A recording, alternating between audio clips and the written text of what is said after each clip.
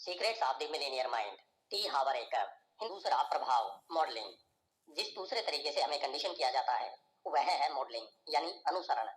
जब आप बड़े हो रहे थे तो पैसों के मामले में आपके माता पिता या अभिभावक कैसे थे? क्या उनमें से एक ने या दोनों ने अपने धन का अच्छा प्रबंधन किया या खराब प्रबंधन किया? वे फिजूल खर्च थे या मितव्ययी? वे चतुर निवेशक थे या वे निवेश ही नहीं करते थे? वे जोखिम लेने वाले थे या सुरक्षित मानसिकता वाले? उनके पास पैसा टिका रहता था या फिर पैसे के मामले में हमेशा उतार चढ़ाव का सिलसिला चलता रहता था? आपके परिवार में पैसा आसानी से आता था या फिर इसके लिए हमेशा संघर्ष करना पड़ता था?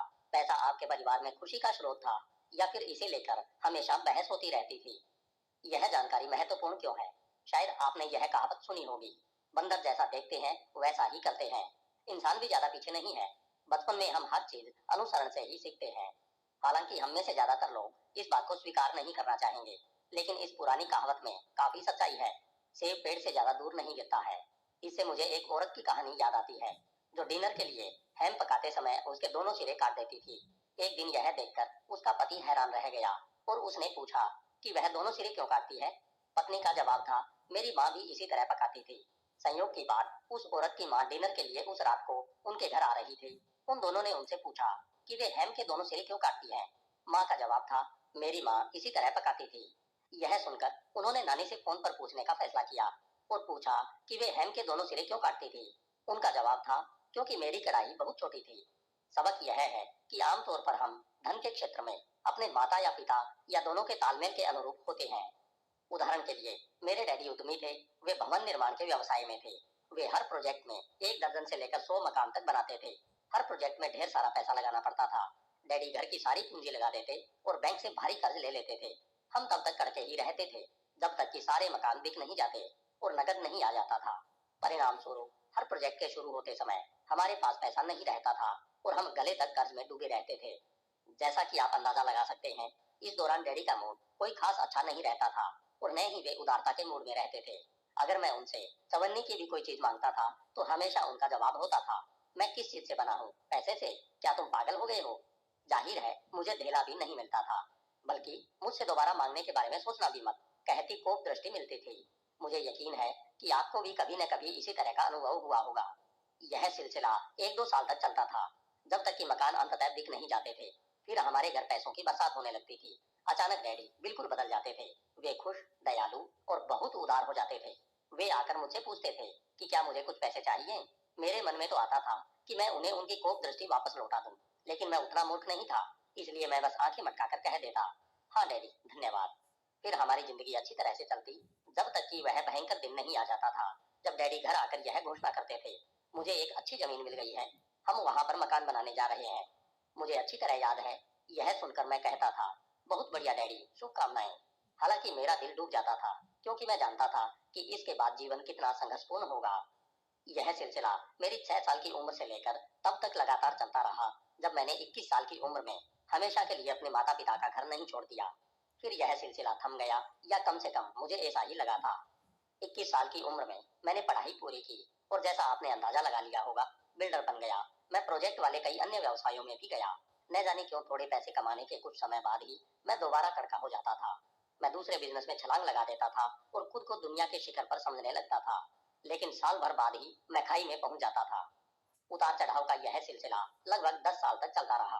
तब जाकर मुझे एहसास हुआ कि शायद समस्या मेरा चुना हुआ व्यवसाय नहीं है, मेरे चुने हुए पार्टनर नहीं है, मेरे कर्मचारी, अर्थव्यवस्था की स्थिति या अच्छी स्थिति में छुट्टी मनाने या आराम करने का मेरा निर्णय नहीं है। मैं आखिरकार पहचान गया कि शायद मैं अवचेतन रूप से अपने डैडी की उतार चढ़ाव भरी आमदनी के पैटर्न को दोहरा रहा था। मैं बस ईश्वर का शुक्रिया अदा कर सकता हूँ कि मैंने वह सीख लिया जो आप इस पुस्तक में सीख रहे हैं। मैं खुद को रिकंडीशनिंग करके इस उतार चढ़ाव भरे मॉडल से बाहर निकला और मैंने लगातार बढ़ने वाली आमदनी हासिल की। आज जब सब कुछ अच्छा चल रहा होता है, तब ये मेरे मन में व्यवसाय बदलने की सनक उठती है। लेकिन अब मेरे मस्तिष्क में एक और फाइल है जो इस भावना को देखकर कहती है, अपनी बात रखने के लिए धन्यवाद, अब हम दोबारा अपने काम पर ध्यान केंद्रित करते हैं। एक अन्य उदाहरण ऑरलैंडो, फ्लोरिडा में मेरे सेमिनार का है। हमेशा की तरह लोग ऑटोग्राफ लेने, हेलो कहने या धन्यवाद देने के लिए एक एक करके मंच पर आ रहे थे। मैं एक बूढ़े आदमी को कभी नहीं भूल पाऊंगा, क्योंकि वह सुबह हुआ आया। वह मुश्किल से सांस ले पा रहा था और आस्तीन से अपने आंसू पोंछ रहा था। मैंने उससे पूछा कि क्या गड़बड़ हो गई। उसने कहा, मेरी उम्र 63 साल है और मैं काफी लंबे समय से पुस्तकें पढ़ रहा हूँ और सेमिनारों में जा रहा हूँ। मैंने हर वक्ता की बात सुनी है और उनकी सिखाई हर चीज आजमा कर देखी है। मैं शेयर बाजार, रियल एस्टेट समेत हर क्षेत्र को आजमा कर देख चुका हूँ। मैं दर्जनों बिजनेस कर चुका हूँ। मैं दोबारा यूनिवर्सिटी जाकर एमबीए कर चुका हूँ। मेरे पास आम लोगों से 10 गुना ज्यादा ज्ञान है, लेकिन मैं आज तक कभी आर्थिक दृष्टि से सफल नहीं हो पाया। मेरी शुरुआत हमेशा अच्छी रहती है, लेकिन अंत में मैं खाली ही रह जाता हूँ। इतने वर्षों में मुझे इसका कारण कभी पता नहीं चल पाया। मैं सोचता था कि शायद मैं मूर्ख हूँ, लेकिन आज सब कुछ बदल गया है। आपकी बातें सुनने और आपके बताए काम के बाद मुझे आखिरकार सच्चाई पता चल गई है। मुझ में कोई गड़बड़ नहीं है। मेरे दिमाग में तो मेरे डैडी का धन का ब्लूप्रिंट था और वही मेरे विनाश का कारण बना। मेरे डैडी ने मंदी के युग का सामना किया था। हर दिन वे काम खोजने या सामान बेचने की कोशिश करते थे, लेकिन शाम को खाली हाथ घर लौटते थे। काश मुझे 40 साल पहले मॉडलिंग यानी अनुसरण और धन संबंधित कंडीशनिंग के बारे में पता चल जाता। मेरा इतना सारा वक्त, ज्ञान और सीखना तो बर्बाद नहीं होता। इसके बाद वह फूट फूट कर रोने लगा। मैंने जवाब दिया, ज्ञान पाने में आपने जो समय लगाया है वह बर्बाद कहाँ हुआ है। यह ज्ञान तो आपके मस्तिष्क में सोया हुआ है। यह तो मस्तिष्क बैंक में इंतजार कर रहा है, अवसर के बाहर निकलने का इंतजार कर रहा है। अब जबकि आपने सफलता का ब्लूप्रिंट बना लिया है, तो आपकी सीखी हर चीज काम आ सकती है और आप बड़ी तेजी से सफलता के आकाश में पहुंच सकते हैं। हम में से ज्यादातर लोग जब सच्चाई सुनते हैं तो जान जाते हैं। वह आदमी दोबारा बेहतर महसूस करने लगा और गहरी सांसें लेने लगा। फिर उसके चेहरे पर एक चौड़ी मुस्कान खिल गई। उसने मुझे जोर से गले लगाकर कहा, धन्यवाद, धन्यवाद, धन्यवाद। आखिरी बार जब मुझे उस आदमी की चिट्ठी मिली थी तो उसके जीवन में हर चीज बहुत अच्छी चल रही थी। पिछले 18 महीनों में वह इतनी सारी दौलत कमा चुका था जितनी उसने पिछले 18 सालों में भी नहीं जोड़ी थी। मुझे सुनकर बहुत अच्छा लगा। हो सकता है आपके पास दुनिया का सारा ज्ञान और योग्यता हो, लेकिन अगर आपका ब्लूप्रिंट सफलता के लिए निर्धारित नहीं है तो आप वित्तीय दृष्टि से असफल ही रहेंगे। अक्सर हमारे सेमिनारों में ऐसे प्रतिभागी आते हैं जिनके माता पिता द्वितीय विश्व युद्ध में भाग ले चुके हैं या मंदी के दौर में रह चुके हैं। उन लोगों को प्राय झटका लगता है जब उन्हें यह एहसास होता है कि उनके माता पिता के अनुभवों ने उनके धन संबंधी विश्वासों और आदतों को कितना ज्यादा प्रभावित किया है। कुछ लोग पागलों की तरह खर्च करते हैं क्योंकि पैसा कभी भी डूब सकता है, इसलिए जब तक इसका आनंद लेने का मौका है तब तक ले लो। बाकी लोग इसके उल्टे रास्ते पर जाते हैं। वे अपने पैसे को दांतों से पकड़ कर रखते हैं और मुश्किल समय के लिए बचाते हैं। बुद्धिमानी की सलाह। मुश्किल समय के लिए बचत करने का विचार अच्छा तो लगता है, लेकिन यह जान लें कि इससे बड़ी समस्या भी उत्पन्न हो सकती है। हम अपने एक अन्य कोर्स में इरादे की शक्ति का सिद्धांत भी सिखाते हैं। अगर आप मुश्किल समय के लिए पैसा बचा रहे हैं तो आपको क्या मिलेगा? मुश्किल समय। इसलिए ऐसा करना छोड़ दें। मुश्किल समय के लिए पैसा बचाने के बजाय खुशहाल समय के लिए पैसा जोड़ने पर ध्यान केंद्रित करें, या उस समय के लिए जोड़ें जब आप अपनी आर्थिक स्वतंत्रता जीत लेंगे। फिर इरादे के नियम के परिणाम स्वरूप आपको ठीक वही चीज मिलेगी। पहले हमने कहा था कि धन के क्षेत्र में हम में से ज्यादातर लोग अपने एक या दोनों अभिभावकों के समान होते हैं, लेकिन इस सिक्के का दूसरा पहलू भी है। हम में से कुछ लोग अपने एक या दोनों अभिभावकों के बिल्कुल विपरीत हो जाते हैं। ऐसा क्यों होता है? क्या क्रोध और विद्रोह जैसे शब्दों की घंटी बजती है? संक्षेप में, यह इस बात पर निर्भर करता है कि आप उनसे कितने नाराज हैं। दुर्भाग्य से बचपन में हम अपने माता पिता से यह नहीं कह सकते, मम्मी डैडी आप लोग बैठ जाएं, मैं आपके साथ एक गंभीर मुद्दे पर चर्चा करना चाहता हूँ। आप लोग जिस तरह से अपने पैसे या जिंदगी का प्रबंधन करते हैं वह मुझे अच्छा नहीं लगता है। इसलिए बड़ा होने के बाद मैं अलग तरीके से काम करूंगा। मुझे उम्मीद है कि आप समझ गए होंगे। अच्छा, शुभ रात्रि। नहीं नहीं नहीं, ऐसा नहीं होता है। इसके बजाय जब हमारे बटन दब जाते हैं तो हम आमतौर पर बौखला जाते हैं और इस तरह की बात सोचने लगते हैं, मैं आपसे नफरत करता हूँ, मैं कभी आप जैसा नहीं बनूंगा, बड़ा होकर मैं अमीर बनूंगा, फिर मैं अपनी हर मनचाही चीज पालूंगा, चाहे वह आपको पसंद हो या न हो। इसके बाद हम अपने बेडरूम की तरफ भागते हैं, धड़ाम से दरवाजा बंद करते हैं और भड़ास निकालने के लिए अपने तकिए या किसी अन्य चीज पर मुक्के मारने लगते हैं। गरीब परिवारों में पले कई लोग गरीबी को लेकर नाराज और विद्रोही हो जाते हैं। अक्सर वे या तो घर से निकलने के बाद अमीर बन जाते हैं या कम से कम उनमें ऐसा करने की प्रेरणा तो होती ही है। लेकिन एक छोटी सी दिक्कत आती है जो दरअसल बहुत बड़ी दिक्कत बन जाती है। ये लोग चाहे जितने अमीर बन जाएं या सफल बनने के लिए कितनी ही मेहनत कर लें, आमतौर पर वे सुखी नहीं होते हैं, क्योंकि उनकी अमीरी या पैसे कमाने की प्रेरणा की जड़ में गुस्सा और चिढ़ है। परिणाम स्वरूप उनके दिमाग में पैसे और गुस्से के बीच कड़ी जुड़ जाती है। ऐसे लोग जितना ज्यादा पैसा कमाते हैं उनका गुस्सा उतना ही बढ़ता जाता है। आखिरकार उच्चतर स्वरूप कहता है, मैं अब गुस्से और तनाव से थक चुका हूँ, मैं शांति और खुशी चाहता हूँ। इस पर वे गुस्से और पैसे की कड़ी जोड़ने वाले मस्तिष्क से पूछते हैं कि इस स्थिति में क्या करना चाहिए। उनका मस्तिष्क तत्काल जवाब देता है, अगर तुम्हें गुस्सा छोड़ना है तो अपने पैसे से भी छुटकारा पाना होगा, तो वे ऐसा ही करते हैं। वे अवचेतन रूप से अपने पैसे से छुटकारा पा लेते हैं। वे फिजूल खर्ची कर बैठते हैं, या निवेश का गलत निर्णय ले लेते हैं, या वित्तीय रूप से तबाह कर देने वाला तलाक ले लेते हैं, या अपनी सफलता को किसी दूसरे तरीके से बर्बाद कर देते हैं। लेकिन कम से कम अब वे सुखी तो हैं। सही गलत स्थितियां और बिगड़ जाती है, क्योंकि अब वे सिर्फ गुस्सा नहीं है, अब वे गुस्सा और दिवालिया दोनों हैं। उन्होंने गलत चीज से छुटकारा पा लिया है। गुस्से के बजाय उन्होंने पैसे से छुटकारा पा लिया, जड़ के बजाय फल से छुटकारा पा लिया। बहरहाल अपने माता पिता के प्रति उनकी नाराजगी ही असली मुद्दा है और हमेशा था। जब तक उस गुस्से का समाधान नहीं निकलेगा, तब तक वे कभी सचमुच खुश या शांत नहीं रह सकते, चाहे उनके पास कितना भी पैसा हो या न हो। पैसा कमाने या सफलता पाने का आपका कारण या प्रेरणा बेहद महत्वपूर्ण है।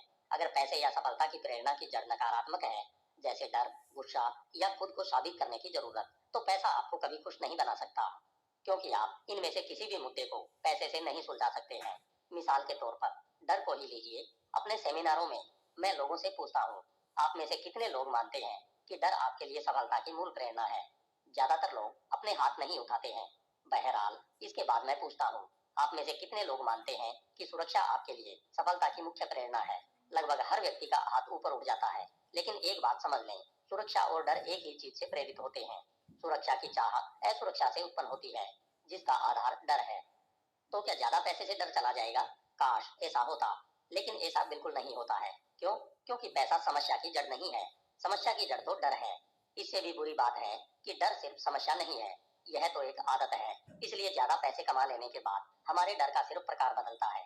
कड़की के दौर में हमें सबसे ज्यादा डर यह लगता था कि हम कभी सफल नहीं हो पाएंगे, या हमारे पास पर्याप्त पैसा नहीं रहेगा। सफल होने के बाद हमारा डर आमतौर पर बदलकर यह हो जाता है, अगर मेरी कमाई सारी दौलत चली गई तो क्या होगा, या हर व्यक्ति की निगाह मेरी दौलत पर है, या मुझे ढेर सारा टैक्स देना पड़ेगा। संक्षेप में, जब तक हम मुद्दे की जड़ तक नहीं पहुंचते हैं और डर को खत्म नहीं करते हैं, तब तक चाहे कितना भी पैसा आ जाए कोई फायदा नहीं होगा। जाहिर है, अगर हमारे सामने विकल्प मौजूद हो तो हम में से ज्यादातर लोग दौलतमंद बनने के बाद उसे गंवाने का विकल्प चुनेंगे, बजाय इसके कि हमारे पास बिल्कुल भी पैसा न हो। लेकिन दोनों ही तरीके ज्यादा समझदारी भरे नहीं है। कई लोगों को वित्तीय सफलता पाने की प्रेरणा खुद को पर्याप्त अच्छा साबित करने की चाह से मिलती है। इस पुस्तक के खंड 2 में हम इस चुनौती पर विस्तार से बात करेंगे। लेकिन फिलहाल बस इतना समझ लें कि ढेर सारी दौलत भी आपको पर्याप्त अच्छा साबित नहीं कर सकती। पैसा आपको वह नहीं बना सकता जो आप पहले से नहीं है। एक बार फिर डर की तरह ही हमेशा खुद को साबित करने का मुद्दा आपकी स्वाभाविक जीवन शैली बन जाता है। आपको यह एहसास ही नहीं होता कि यह आपको भगाई जा रहा है। आप खुद को बहुत सफल, मेहनती, संकल्पवान मानते हैं और ये सारे गुण अच्छे हैं। इकलौता सवाल है क्यों? वह मूल इंजन क्या है जो इन सबको चला रहा है? जो लोग खुद को पर्याप्त अच्छा साबित करने की प्रेरणा से संचालित होते हैं, उन्हें ढेर सारा पैसा भी अंदरूनी दर्द से राहत नहीं दे सकता। वे हमेशा यह सोचते रहेंगे कि वे और उनके जीवन की हर चीज पर्याप्त अच्छी नहीं है। पैसे या किसी भी चीज की कितनी ही मात्रा ऐसे लोगों के लिए कभी पर्याप्त नहीं होगी जो महसूस करते हैं कि वे खुद पर्याप्त अच्छे नहीं है। एक बार फिर यह सब आप ही पर निर्भर है। याद रखें, आपका बाहरी संसार आपके अंदरूनी संसार का प्रतिबिंब है। अगर आपको यकीन है कि आपके पास पर्याप्त नहीं है, तो आप इस विश्वास को सही साबित करते हुए उस वास्तविकता को उत्पन्न करेंगे जिसमें आपके पास पर्याप्त नहीं होगा। दूसरी ओर, अगर आप यकीन करते हैं कि आपके पास पर्याप्त है, तो आप इस विश्वास को सही साबित करते हुए प्रचुरता उत्पन्न कर लेंगे, क्योंकि आपकी जड़ प्रचुरता है और यह आपकी स्वाभाविक जीवन शैली बन जाएगी। गुस्से, डर और खुद को साबित करने जैसी चीजों को पैसे की प्रेरणा न बनाएं। इसके बजाय आप उद्देश्य, योगदान और खुशी की नई प्रेरणा बना सकते हैं। अगर आप ऐसा कर लेते हैं, तो आपको सुखी होने के लिए कभी भी पैसे से छुटकारा पाने की जरूरत नहीं होगी। विद्रोही या अपने माता पिता का विरोधी होना हमेशा समस्या नहीं होती है। इसके विपरीत, अगर आप विद्रोही हैं और पैसे के क्षेत्र में आपके माता पिता की आदतें खराब थी, तो शायद यह अच्छा है कि आप उनकी विपरीत दिशा में चल रहे हैं। दूसरी तरफ, अगर आपके माता पिता सफल थे लेकिन आप उनके खिलाफ विद्रोह कर रहे हैं, तो आप गंभीर आर्थिक कठिनाइयों में फंस सकते हैं। दोनों ही तरह से यह पहचानना महत्वपूर्ण है कि पैसे के क्षेत्र में आप अपने माता पिता के कितने अनुरूप हैं। परिवर्तन के कदम, मॉडलिंग, जागरूकता। धन दौलत के मामले में अपने माता पिता की आदतों के बारे में विचार करें। लिख लें कि आप किस तरह उनमें से किसके अनुरूप या विपरीत हो सकते हैं। समझ, अपने वित्तीय जीवन पर इससे पड़ने वाले प्रभाव को लिख लें। अलगाव, क्या आप देख सकते हैं कि यह जीवन शैली आपने सिर्फ सीखी है और यह आपका सच्चा स्वरूप नहीं है? क्या आप देख सकते हैं कि आपके पास इसी पल बदल जाने का विकल्प मौजूद है? घोषणा दिल पर हाथ रखकर कहें, पैसे के क्षेत्र में मैं उनका अनुसरण कर रहा था, अब मैं अपना रास्ता चुन सकता हूँ। अपने सिर को छूकर कहें, मेरे पास मिलेनियर मस्तिष्क है। तीसरा प्रभाव, विशिष्ट घटनाएं। हमारी कंडीशनिंग का तीसरा बुनियादी तरीका है विशिष्ट घटनाएं। बचपन में धन दौलत और अमीर लोगों के मामले में आपके अनुभव कैसे थे? ये अनुभव बहुत महत्वपूर्ण है, क्योंकि ये आपकी धारणाओं या भ्रमों को आकार देते हैं जिनके अनुरूप आप जी रहे हैं। आइए मैं आपको एक उदाहरण देता हूँ। एक महिला ऑपरेशन थिएटर में नर्स थी। वह मिलेनियर माइंड इंटेंसिव सेमिनार में भाग लेने आई। जोशी नामक इस महिला की आमदनी तो अच्छी थी, लेकिन उसका सारा पैसा खर्च हो जाता था। जब हमने थोड़ी छानबीन की तो उसने बताया कि 11 साल की उम्र में वह अपने माता पिता और बहन के साथ एक चाइनीज रेस्तरां में गई थी। उसके मम्मी डैडी पैसों को लेकर बहस कर रहे थे। उसके डैडी खड़े होकर चिल्ला रहे थे और टेबल पर मुक्का मार रहे थे। उसे याद है कि उसके डैडी का चेहरा लाल हुआ, फिर नीला पड़ा और हार्ट अटैक के कारण वे फर्श पर गिर गए। वह स्कूल की स्विमिंग टीम में थी और उसके पास आपातकालीन चिकित्सा का प्रशिक्षण था। उसने पिता को बचाने की कोशिश की, लेकिन कोई फायदा नहीं हुआ। उन्होंने उनकी बाहों में दम तोड़ दिया। उस दिन के बाद से जोशी के दिमाग ने पैसे को दर्द के साथ जोड़ दिया। कोई हैरानी नहीं कि अपने दर्द से छुटकारा पाने के लिए वह व्यसक जीवन में अवचेतन रूप से अपने सारे पैसे से छुटकारा पा लेती है। यह भी दिलचस्प है कि वह नर्स बनी। क्यों? कहीं ऐसा तो नहीं कि वह अब भी अपने डैडी को बचाने की कोशिश कर रही है? कोर्स में हमने धन के पुराने ब्लूप्रिंट को पहचानने और बदलने में जोशी की मदद की। आज वह वित्तीय रूप से स्वतंत्र बनने की राह पर है। अब वह नर्स नहीं है। इसका मतलब यह नहीं है कि उसे वह काम पसंद नहीं था। बात सिर्फ इतनी है कि वह गलत कारण से नर्स बन गई थी। अब वह फाइनेंशियल प्लानर बनकर लोगों की मदद कर रही है। अब वह उन्हें परामर्श देकर यह समझा रही है कि उनके अतीत की प्रोग्रामिंग उनके वित्तीय जीवन के हर पहलू को किस तरह प्रभावित करती है। मैं आपको एक और उदाहरण देता हूँ जो मेरे परिवार का है। जब मेरी पत्नी 8 साल की थी तो सड़क पर आइसक्रीम वाले की घंटी सुनते ही वह भागकर अपनी मम्मी के पास जाती थी और चवन्नी मांगती थी। उसकी माँ जवाब देती थी, बेटा मेरे पास पैसे नहीं है, जाकर अपने डैडी से मांगो, सारे पैसे डैडी के पास ही रहते हैं। मेरी पत्नी फिर अपने डैडी से पैसे मांगती थी। वे उसे चवन्नी दे देते थे। वह अपना आइसक्रीम कोन खरीद लाती थी और खुश हो जाती थी। हर हफ्ते यही घटना होती थी। तो इससे मेरी पत्नी ने पैसे के बारे में क्या सीखा? पहली बात यह है कि सारा पैसा मर्दों के पास रहता है। इसलिए जब हमारी शादी हो गई तो आपको क्या लगता है उसने मुझसे क्या मांगा होगा? सही सोचा, पैसा। और मैं आपको बता दूं कि अब वह चवन्नी नहीं मांगती। न जाने कैसे उसकी मांग बढ़ गई थी। उसने दूसरी बात यह सीखी कि औरतों के पास पैसे नहीं रहते हैं। अगर उसकी माँ के पास पैसे नहीं रहते थे तो जाहिर है उसके पास भी पैसे नहीं रहने चाहिए। इस विचार को सही साबित करने के लिए वह अवचेतन रूप से अपने सारे पैसे से छुटकारा पा लेती थी। वह इसके बारे में बिल्कुल नियम से चलती थी। अगर आप उसे $100 देते थे तो वह $100 खर्च करती थी। अगर 200 देते थे तो वह $200 खर्च कर देती थी। अगर आप उसे $500 देते थे तो वह $500 खर्च कर देती थी। और अगर आप उसे $1000 देते थे तो वह $1000 खर्च कर देती थी। फिर उसने मेरे एक कोर्स में भाग लेकर लीवरेज की तलाशी की। मैंने उसे $2000 दिए। उसने $10,000 खर्च कर दिए। मैंने उसे समझाने की कोशिश की, देखो प्रिय, लीवरेज का मतलब है कि हमें $10,000 कमाने हैं, खर्च नहीं करने हैं। न जाने क्यों यह उसकी समझ में नहीं आया। हमारे बीच सिर्फ पैसे को लेकर ही लड़ाई होती थी। इसकी वजह से हमारी शादी टूटते टूटते बची। हम उस वक्त यह नहीं जानते थे कि पैसे के बारे में हमारे नजरिए में जमीन आसमान का फर्क था। मेरी पत्नी के लिए पैसे का मतलब था तात्कालिक खुशी। दूसरी तरफ मैं विश्वास के साथ बड़ा हुआ था कि पैसे का मतलब संग्रह करना है ताकि आर्थिक स्वतंत्रता हासिल की जा सके।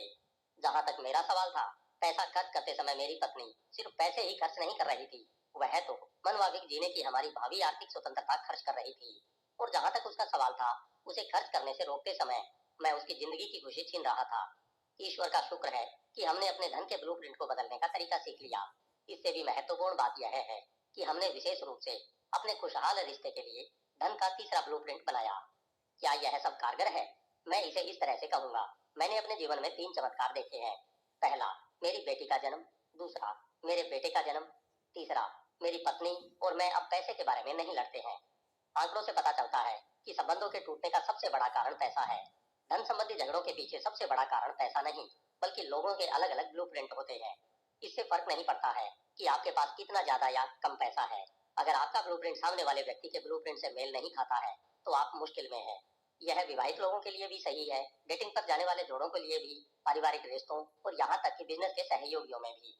समझने की बात यह है कि दिक्कत पैसे की नहीं है, दिक्कत तो ब्लूप्रिंट की है। आप जब अपने पार्टनर के धन के ब्लूप्रिंट को पहचान लेते हैं तो आप ऐसा तरीका खोज सकते हैं जो आप दोनों के लिए काम करता हो। आप इस बारे में जागरूक रहकर शुरुआत कर सकते हैं कि शायद आपके पार्टनर की दौलत की फाइलें आप जैसी न हो। इस बारे में बुरा मानने के बजाय समझने की कोशिश करें। यह पता लगाने की पूरी कोशिश करें कि पैसे के क्षेत्र में आपके पार्टनर के लिए क्या महत्वपूर्ण है।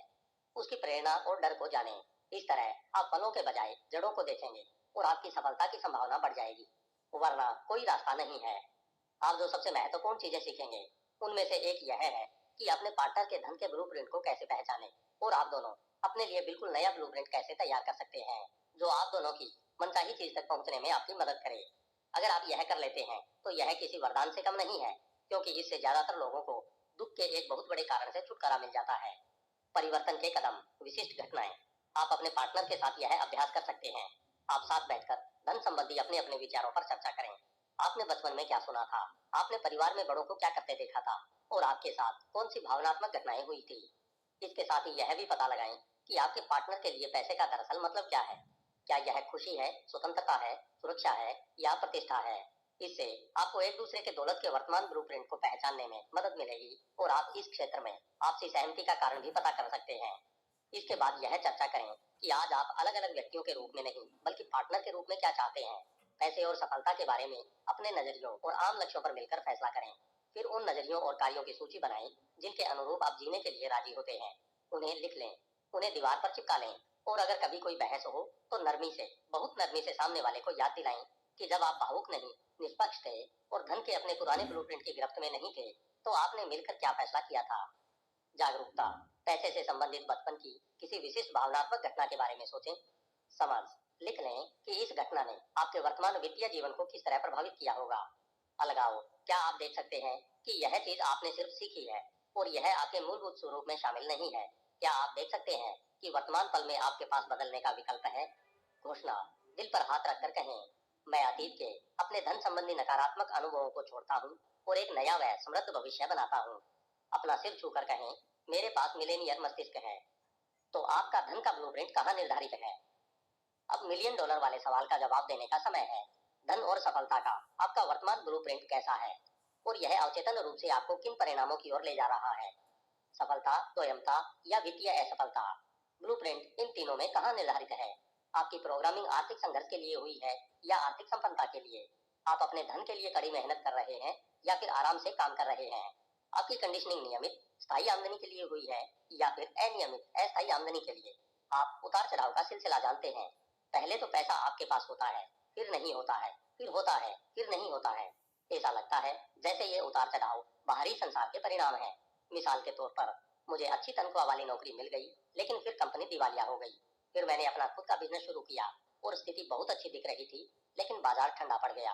मेरा अगला बिजनेस बेहतरीन चल रहा था, लेकिन तभी मेरा पार्टनर छोड़कर चला गया। आदि। मूर्ख न बने, यह आपके ब्लूप्रिंट का किया धरा है। आपकी प्रोग्रामिंग कितनी आमदनी की है, ऊंची आमदनी, मध्यम आमदनी या कम आमदनी। क्या आप जानते हैं कि हम में से कई लोगों की प्रोग्रामिंग असली डॉलर की धनराशि में हुई है। क्या आपकी प्रोग्रामिंग हर साल 20,000 से 30,000 डॉलर कमाने के लिए हुई है, 40,000 से 60,000, 75,000 से 1 लाख डॉलर, 1.5 लाख डॉलर से 2 लाख डॉलर तक, हर साल 2.5 लाख या उससे ज्यादा। कुछ साल पहले हमारे 2 घंटे के एक सायंकालीन सेमिनार में एक बेहतरीन पोशाक वाला व्यक्ति बैठा था। सेमिनार पूरा होने के बाद उसने मुझसे पूछा कि क्या 3 दिन के मिलेनियर माइंड कोर्स से उसे कोई मदद मिल सकती है, क्योंकि वह तो पहले से ही हर साल 5 लाख डॉलर कमा रहा है। मैंने उससे पूछा कि वह 5 लाख डॉलर कब से कमा रहा है। उसने जवाब दिया, लगातार 7 साल से। मैं यही सुनना चाहता था। मैंने उससे कहा कि वह हर साल 20 लाख डॉलर क्यों नहीं कमा रहा है। मैंने उसे यह भी बताया कि कोर्स उन लोगों के लिए है जो अपनी पूर्ण वित्तीय संभावना तक पहुंचना चाहते हैं। फिर मैंने उससे इस बारे में सोचने को कहा कि वह आधे मिलियन डॉलर की धनराशि पर ही क्यों अटका हुआ है। उसने कोर्स में आने का फैसला कर लिया। 1 साल बाद मुझे उसका ईमेल मिला जिसमें लिखा था, कोर्स अविश्वसनीय रूप से फायदेमंद था, लेकिन मुझसे गलती हो गई। अपने धन के ब्लूप्रिंट को दोबारा निर्धारित करते समय मैंने 20 लाख डॉलर सालाना आमदनी का लक्ष्य रखा, जो हमने पहले सोचा था। मैं इस साल उतनी कमाई कर चुका हूँ, इसलिए अब मैं कोर्स में दोबारा आ रहा हूँ ताकि ब्लूप्रिंट की प्रोग्रामिंग 1 करोड़ डॉलर के सालाना लक्ष्य पर कर लूँ।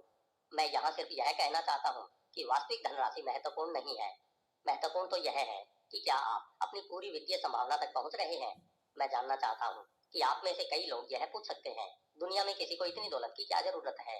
पहली बात तो यह है कि यह सवाल आपकी दौलत के लिए बहुत सकारात्मक नहीं है और इससे साफ पता चलता है कि आपको धन का अपना ब्लूप्रिंट बदल लेना चाहिए। दूसरी बात, वह व्यक्ति इतनी बड़ी धनराशि इसलिए भी कमाना चाहता है क्योंकि वह अफ्रीका में एड्स पीड़ितों की सहायता करने वाली एक संस्था को बहुत बड़ा दान देना चाहता है। तो यह गलत धारणा छोड़ दें कि अमीर लोग लालची होते हैं। आइए आगे चलते हैं। आपकी प्रोग्रामिंग पैसे बचाने के लिए हुई है या पैसे खर्च करने के लिए? आपकी प्रोग्रामिंग अपने धन के अच्छे प्रबंधन के लिए हुई है या इसके बुरे प्रबंधन के लिए? आपकी प्रोग्रामिंग लाभकारी निवेश खोजने के लिए हुई है या हानिकारक निवेश खोजने के लिए? आप सोच सकते हैं, शेयर बाजार या रियल एस्टेट में मेरे फायदे नुकसान का मेरे ब्लूप्रिंट से क्या लेना देना है? जरा सोचें, शेयर या जमीन जायदाद कौन चुनता है? आप चुनते हैं। इसे खरीदने का फैसला कौन करता है? आप करते हैं। इसे बेचने का फैसला कौन करता है? आप करते हैं। मुझे लगता है कि इस पूरे मामले में आपका तो लेना देना है ही। मेरा सैन डिएगो में लैरी नामक एक परिचित है। पैसे बनाने के मामले में लैरी चुंबक है। उसका ब्लूप्रिंट यकीनन ऊंची आमदनी का है, लेकिन उस पैसे के निवेश के मामले में उसके पास मौत का चुंबन है। वह जिस भी चीज में निवेश करता है वह चट्टान की तरह पहाड़ से लुढ़कने लगती है। मैं निवेश संबंधी सलाह लेने के लिए लैरी के करीबी संपर्क में रहता हूँ। उसकी सलाह हमेशा आदर्श होती है, आदर्श रूप से गलत। लैरी जो भी सलाह देता है मैं उसका उल्टा काम करता हूँ। मैं लैरी से प्यार करता हूँ। दूसरी तरफ कई लोग पारस पत्थर की तरह होते हैं। वे जिस चीज को छू लेते हैं वह सोने में बदल जाती है। पारस पत्थर का स्पर्श और मौत का चुंबन दोनों ही सिंड्रोम धन के ब्लूप्रिंट के प्रकटीकरण भर है। ये इससे ज्यादा कुछ नहीं है। मैं एक बार फिर कहता हूँ, आपके धन का ब्लूप्रिंट आपके वित्तीय जीवन और यहाँ तक कि आपके निजी जीवन को भी प्रभावित करेगा।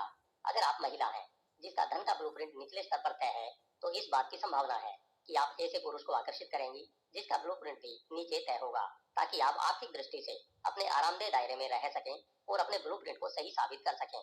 अगर आप पुरुष हैं जिसका ब्लूप्रिंट निचले स्तर पर तय है, तो इस बात की संभावना है कि आप ऐसी महिला को आकर्षित करेंगे जो खर्चीली होगी और आपको अपने सारे पैसे से मुक्ति दिला देगी, ताकि आप अपने वित्तीय आरामदेह दायरे में रह सकें और अपने ब्लूप्रिंट को सही साबित कर सकें।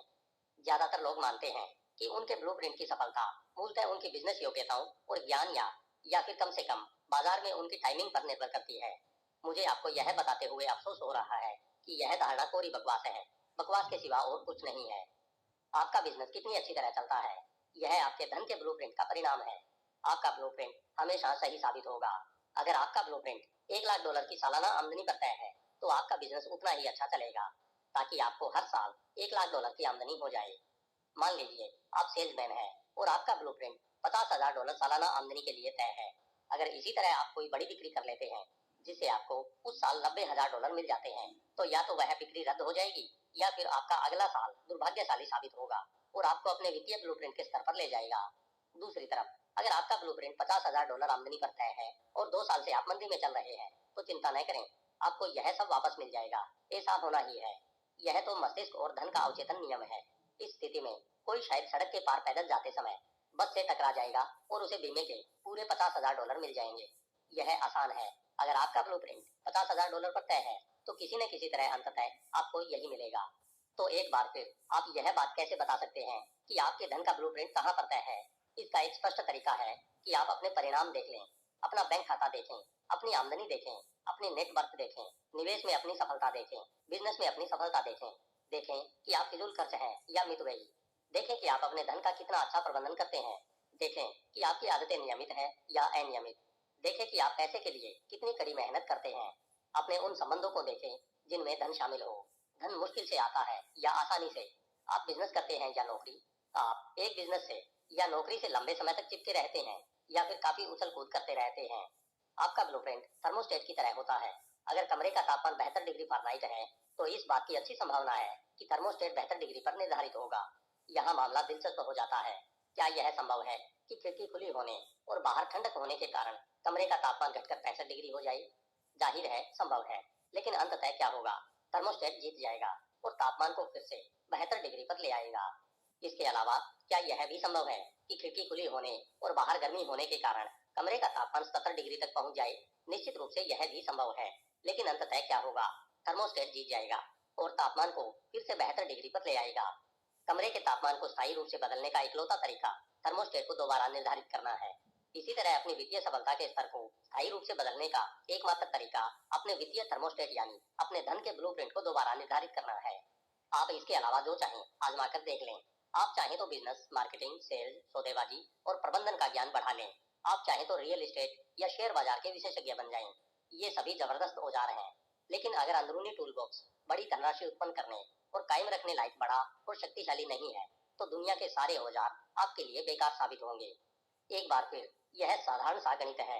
आपकी आमदनी सिर्फ उसी हद तक बढ़ सकती है जिस हद तक आप बढ़ते हैं। सौभाग्य कहें या दुर्भाग्य कहें, धन और सफलता का आपका व्यक्तिगत ब्लूप्रिंट आपके साथ जिंदगी भर रहेगा, जब तक कि आप इसे पहचान और बदलने में।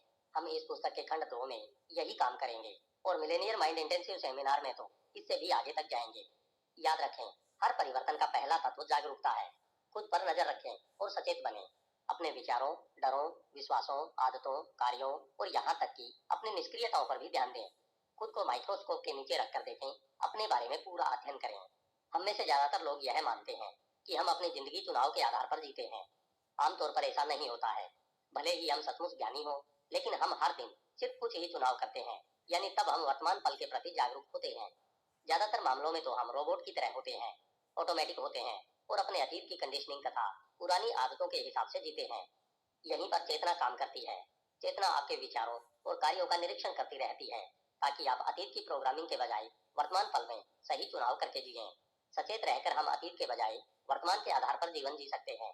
इस तरीके से हम स्थितियों पर उचित प्रतिक्रिया करेंगे और अपनी कार्य कुशलताओं व गुणों का पूरी क्षमता से दोहन करेंगे। तब हम घटनाओं पर अनुचित प्रक्रिया नहीं करेंगे और अतीत के डरों तथा असुरक्षाओं से संचालित नहीं होंगे।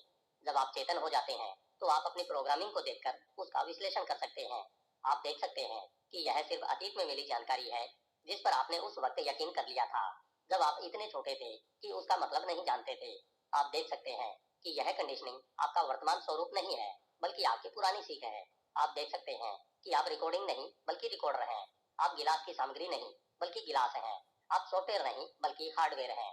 हाँ, अनुवांशिकता आपकी भूमिका निभा सकती है और हाँ, आध्यात्मिक पहलू भी काम कर सकते हैं, लेकिन ज्यादातर मामलों में दूसरे लोगों की धारणाएं और उनसे मिली जानकारी आपको आकार देती है। जैसा मैंने पहले सुझाव दिया है, जरूरी नहीं है कि ये धारणाएं सच है या झूठ, सही है या गलत। उनकी प्रामाणिकता चाहे जो हो, मूल रूप से वे ऐसे विचार हैं जो पीढ़ी दर पीढ़ी आप तक पहुंचाए गए हैं। यह जानने के बाद आप चेतन रूप से हर ऐसे धारणा को त्यागने का चुनाव कर सकते हैं जो आपकी दौलत के प्रति सकारात्मक न हो। उसकी जगह पर आप कोई सकारात्मक धारणा अपना सकते हैं। अपने कोर्स में हम सिखाते हैं कि कोई विचार आपके दिमाग में बिना किराए के नहीं रहता है। आपके मन में आने वाला हर विचार या तो निवेश होगा या खर्च। यह या तो आपको खुशी और सफलता की ओर ले जाएगा या फिर उनसे दूर ले जाएगा। यह आपको या तो सशक्त बनाएगा या फिर अशक्त बनाएगा। इसलिए यह बहुत जरूरी है कि आप अपने विचार और धारणाएं समझदारी से चुनें।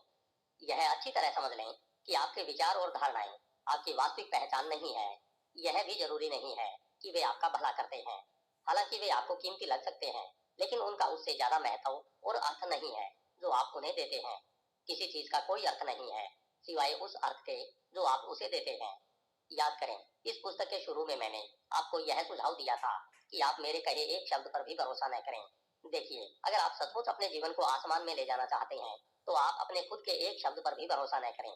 और अगर आप तत्काल ज्ञान चाहते हैं, तो अपने सोचे एक भी विचार पर भरोसा न करें। बहरहाल, अगर आप ज्यादातर लोगों की तरह हैं, तो निश्चित रूप से आपकी कुछ धारणाएं होंगी। इनमें से ऐसी धारणाओं को अपनाएं जो आपको फायदा पहुंचाएं, यानी अमीर धारणाएं। याद रखें, विचार भावनाओं की ओर ले जाते हैं, जो कार्यों की ओर ले जाती है, और कार्य परिणामों की ओर ले जाते हैं। आप अमीर लोगों की तरह सोचने और काम करने का चुनाव कर सकते हैं, और इस तरह अमीर लोगों जैसे ही परिणाम उत्पन्न कर सकते हैं। सवाल यह है, अमीर लोग किस तरह सोचते और काम करते हैं?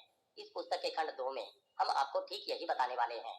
अगर आप अपने वित्तीय जीवन को अगर आप अपने वित्तीय जीवन को हमेशा के लिए बदलना चाहते हैं, तो आगे सुनते रहें। घोषणा, दिल पर हाथ रखकर कहें, मैं अपने विचारों की निगरानी करता हूँ और सिर्फ उन्हीं को जगह देता हूँ जिनसे मुझे शक्ति मिलती है।